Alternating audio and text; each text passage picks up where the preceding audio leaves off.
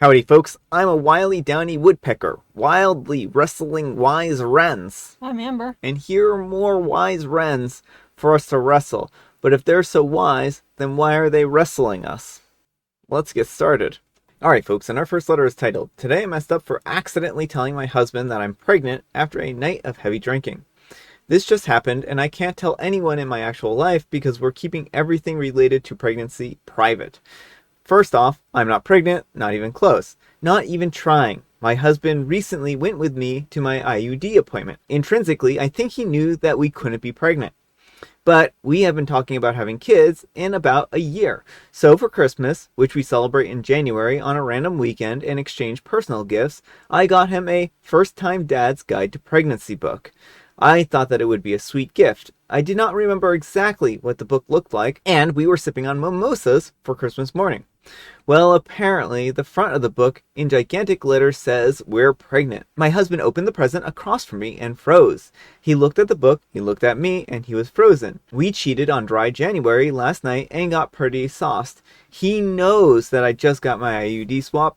I was sitting across from him, happy and smiling and completely oblivious to the heart attack-inducing news that he was trying to process, sipping a mimosa. He mumbled, "Is this what I think it is?" And I said, "Yeah, it's a First-Time Dad's book." He responded and said, "Are you telling me?" And I was like, "Oh God, no." He flipped the book around and we both stared at each other before bursting out laughing. He needed a few moments for his heart rate to come back down. And folks, before we dive too much into our discussion, I just wanted to show the URL that OP posted here. And this is what the book looks like. So you can see why he might interpret that as them being pregnant. All right, folks, what do you think? Jerk? Or, well, I guess not jerk or not the jerk. I'm glad the story had a fun resolution. Yeah. I mean, there's not much to say on that front because it's not like OP did this maliciously. They weren't actively trying to lie to their husband about being pregnant.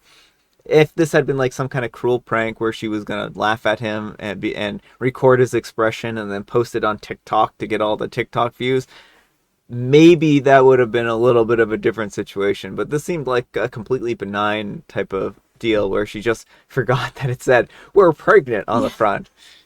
And I mean, yeah, how many times have you bought a Christmas present for somebody and not remembered exactly what it looked like or something like that? But I think it's really good because it seems like they're trying to plan this out. They're trying to be responsible adults and know what they're getting themselves into. And I think that OP's thoughts were in the right place here. I don't think that they were actively trying to be mean. Yeah.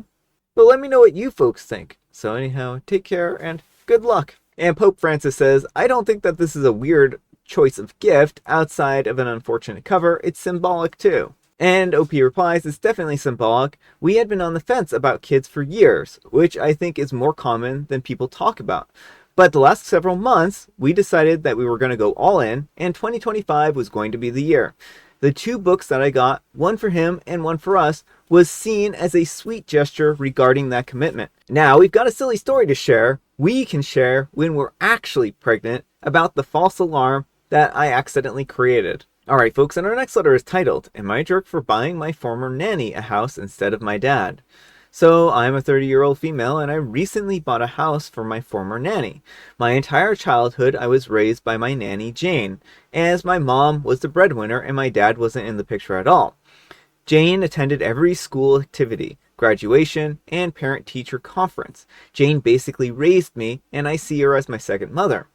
My mom employed Jane as a nanny/housekeeper from when I was 2 until I was around 28, when my mom passed away due to cancer. As a result, I inherited everything. My mom was a successful surgeon with her own practice, and my grandparents left her with a few properties in her home country. I have since rented the properties out, giving me a good rental income. Well, after my mom passed away, Jane was there for me. She helped me make all of the funeral arrangements and contacted relatives from my mom's home country. After she helped me with this difficult time, I wanted to do something nice to thank Jane. As a birthday gift, I surprised Jane with the deed to a 2-bedroom, 2-bath house in the area of the country that she had always talked about wanting to retire to. Jane tried to decline the offer, saying that it was too much. But I told her that she was like a second mother to me, and that this was the least that I could do to thank her for raising me. Well, somehow the word got back to my dad that I had bought this house for Jane, and he turned up at my mom's old practice demanding to talk to me. I didn't even know who the man was, as I've seen him less than 20 times in my entire life. He claimed to be my father and yelled at me for buying a house for a stranger over someone who is family, and says that he and his family of 5 have been struggling financially. He even had the audacity to say that I should buy a house for him and my half-siblings, who I've never met, because they are my blood family and I owe it to them. I laughed in his face, and I told him that Jane had been far more involved in my life growing up than he had ever been, and that I don't care if he was struggling financially. Security then escorted him to his car and made sure he left the property. My dad's side of the family has now been trying to reach out through Facebook, complete strangers who I've never met, saying that I'm a jerk and that my mom never let him be part of my life. I know that this is false, since I remember my mom calling him over the years and asked him to pick me up on the weekends to spend time with me, and he never did. I tried to talk with my friend Aiden, a 34-year-old male, about this problem, who recently reconnected with his dad, who he hadn't seen since he was like 6 due to his dad being incarcerated. Aiden told me that my dad probably had a good reason for abandoning me, and that I'm being a jerk because some people don't even have dads. I reminded him that I was one of those people. Now he's refusing to talk to me. So, am I the jerk? Alright folks, what do you think? Jerk or not the jerk? Not the jerk. You're not obligated to buy people things just because they share your DNA. Yeah. This person has never meaningfully been a parent in OP's life, whereas her nanny has been. And so I think it was a nice gesture to do something for the nanny, and dad can go kick rocks. If he wanted to be family, he had, 28 years to step up and be family. Well, and that's just it. Is that the moment that OP gets a little bit of money, he finds his way out of the woodwork to try getting into OP's wallet. This wasn't about wanting to reconnect with OP. This was about financial gain on his part. He didn't even say, "Oh, hi, honey, I want to reconnect with you," or anything like that. This was just like immediately jumping into her wallet, being like, "I want inside this. My name is Mr. Krabs, by the way. I hope that you know that you're related to a crab." Except for it's not funny at all. I mean, that's just the way it kind of feels, is he just feels very much about the money. He doesn't care about OP. He doesn't care about what OP just went through. He doesn't care that OP's mother just passed away from cancer, and my deepest condolences to OP on that respect, right? And, OP fortunately has another parent that they can look up to and turn to guidance for, but it's never going to be a replacement for their mother. And it's not their father, by the way. I meant the nanny. Yeah. Well, exactly. The nanny has been by OP's side, doing all the things a parent would help you do. Mm-hmm. Going to activities, helping plan the funeral, and all that sort of stuff. Again, he literally just wants money. He has never made an effort ever until OP suddenly has money, and then he's like, "I want all your money because I'm your family." Yeah. So, I don't think that OP is the jerk in the least, but let me know what you folks think. So anyhow, take care and good luck. And Hushes says, not the jerk. Jane sounds wonderful. Your father, not so much. When he found out that your mother passed away, did he reach out? Did any member of his family? And OP replies, Jane was the only person for me there when my mom passed away. My dad didn't try to reach out at all, and my mom's family all live in her home country, so had no idea that she passed away until I contacted them. And can't we just get along, says, how did your father find out that you bought your former nanny a house? Are you sure the people reaching out to you are even your real biological father and his family? And OP replies, well, when I was 16, I tried reaching out to my dad on Facebook. He never responded, and I assumed that it wasn't his profile. No profile picture or anything. I can only assume that he looked at my profile and saw my post wishing Jane a happy birthday. I can't be sure that this guy is my real bio dad, as I don't really know what he looks like. When he showed up at the practice, he did call me by my full name. My middle name isn't on any of my social media, so I do think it's him. And Saint Singa says, you're the jerk big time. Huge. Blood is thicker than water. And OP replies, actually, the full quote is, the blood of the covenant is thicker than the water of the womb. Mm-hmm. Which implies the bond that we forge in life are more important than familial ties that we have at birth. Mm-hmm. I was happy to see that. I mean, Why be such a jerk to poor OP here? It's the dad. Yeah, I think we know who the dad is here. Alright, folks, and our next letter is titled, Will I Be a Jerk If I Went to My Daughter's Wedding Against My Other Daughter's Wishes? I'm a 52-year-old female, and I have two daughters, Jenny, a 26-year-old female, and Anna, a 23-year-old female. When I was in high school, she dated James, a 28-year-old male, for a few months. It was her first relationship, and she was obsessed with him. She was the typical love-struck teenager who got angry if he didn't immediately reply to her text, picked fights over him hanging out with his friends, and always wanted to check his phone, etc. James always seemed like a nice, mature boy, while Jenny was obviously not quite mature. In the span of 6 months, she herself broke up with him 3 times and made up 3 times. In the time that they were broken up, she'd insult him on Facebook and make up lies to her friends. I wasn't very surprised when 6 months later, he broke up with her and didn't try to reconnect or repair the relationship.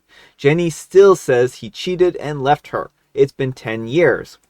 2 years ago, Anna met James again when he was completing his master's in the same college that she was doing her bachelor's. The two became friends, unknown to us, then started dating. When Jenny found out, she was livid and berated Anna and insulted her in front of our entire family.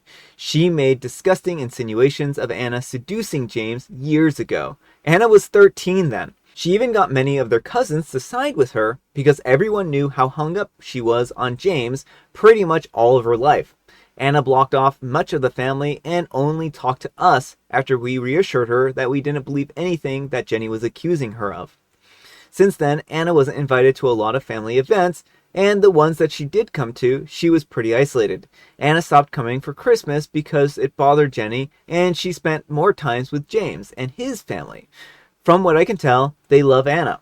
Recently, Anna told me that she's engaged. James proposed to her on New Year's, and they're planning to wed in July. She said that she won't force us, but really hopes that her dad and I will make it. I told her that we will of course come. I've told no one but my sister so far, and she called me a jerk for wanting to support a cheater over my heartbroken daughter. Except James never cheated. James seems to really love Anna and make her happy.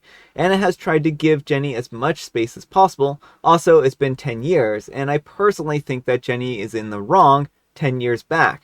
I genuinely want to support my daughter, so will I be the jerk? Alright folks, what do you think? No, not the jerk. It's ridiculous how much everyone is ostracizing Anna for this. While it's not a great thing to date your siblings' exes, it sounds like this was a short-lived high school relationship. And Anna was a literal child, like, when this all went down. So she wasn't part of any of this drama. It wasn't like a, oh, I'm going to steal my sister's boyfriend type of situation, which is what Jenny is making it out to be. Yeah, I think there's some difficulties here because, like, if you know your sibling is hung up on a certain person, I think dating them might be in poor taste. But I don't think that they did anything wrong, right? This is one of those situations where, like you said, this is a high school romance that lasted 6 months. And it's been 10 years later. She needs to move on. Clearly, he wasn't coming back after 10 years. And that's really what this boils down to. She needs to let him go and let him move on. It's kind of creepy that she's hung up on him like this. Yeah, well, and it sounds like she hasn't done any reflection on her own behavior, because it sounds like it was not a healthy relationship. Yeah. A lot of the behaviors that she engaged in were not good behaviors, you know, obsessively checking his phone, breaking up with him a bunch of times. Yeah, these kind of things, they do happen, but that's not a good or mature relationship. Yeah. And again, I think that they bonded over mutual interest. Probably they came from a similar background and then just bonded from there. And things happen. And I think that if you're compatible with someone, you're compatible with someone. And it's a shame that Jenny is spreading these rumors and lies and causing Anna to be ostracized like this. Because that's really what these are. These are baseless accusations. Mm-hmm. If James did do something to her when she was 13, then he should be in jail, right? Exactly. So there's a huge difference here between these situations. And I think that, again, while maybe it wasn't the best idea to date somebody you know your sister is hung up on, it was also a long time with a lot of space between it and, you know, a high school romance. I don't know. But let me know what you folks think. So anyhow, take care and good luck. Alright folks, it is tea time. Grab your beverages of choice. I've got some tea right here, and Amber, she has a joke. Why is imitation poultry perfect for the adventurous? Imitation poultry?